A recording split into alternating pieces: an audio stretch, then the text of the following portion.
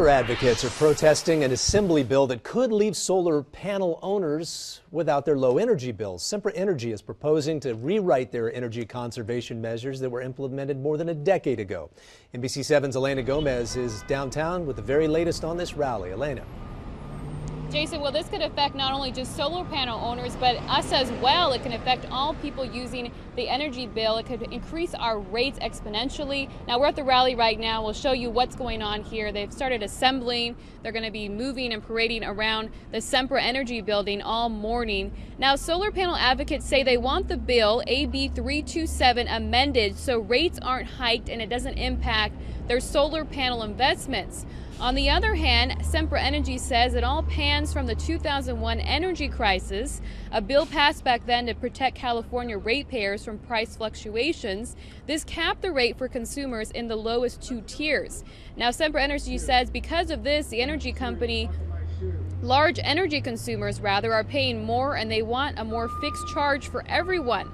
Solar panel advocates, on the other hand, say that the energy company has not been clear about what the new set of rates will be in AB 327, but say it will put an end to net metering. Now, what net metering is it gives solar panel owners credit for energy they produce on their panels and then end up putting back on the grid. The group says if the bill passes, it won't make sense for solar panel owners because they'll be getting less of an investment. These new rules change it so that you will not get full retail credit. You might get some smaller version of what you otherwise would have got. That's problematic because people have put up tens of thousands of dollars expecting a certain rate of return. SDG&E also gave us this statement this morning. AB 327, the Ratepayers Equity Act, is not a fight about rooftop solar.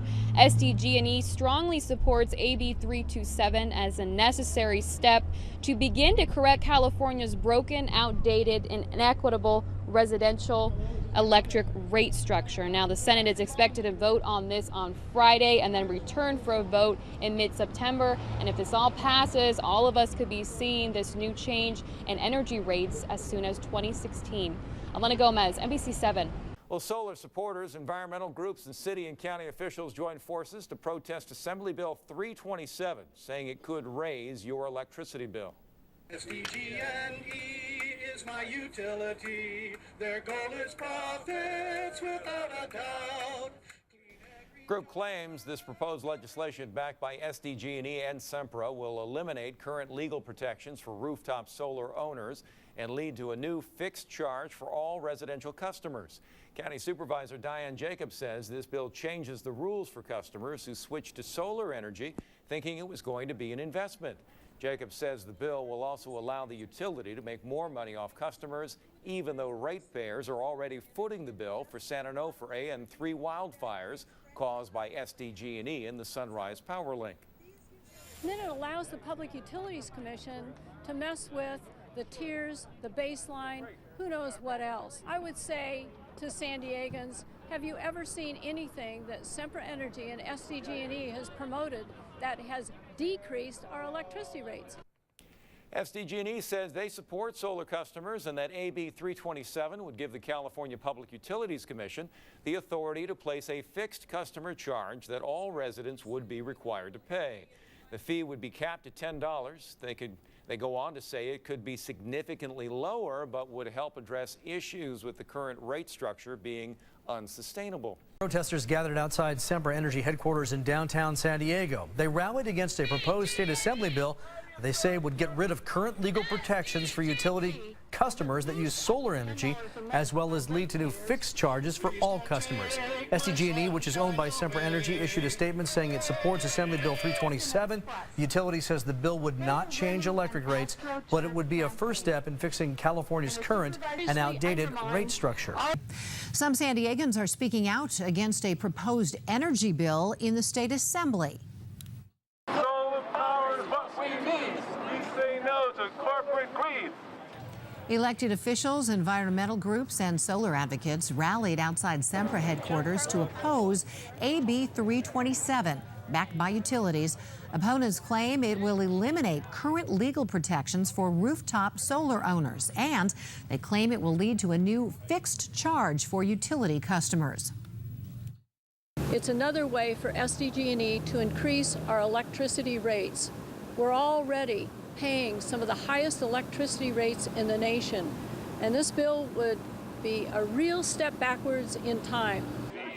SDG&E says it's a necessary first step to fix an outdated, broken rate structure.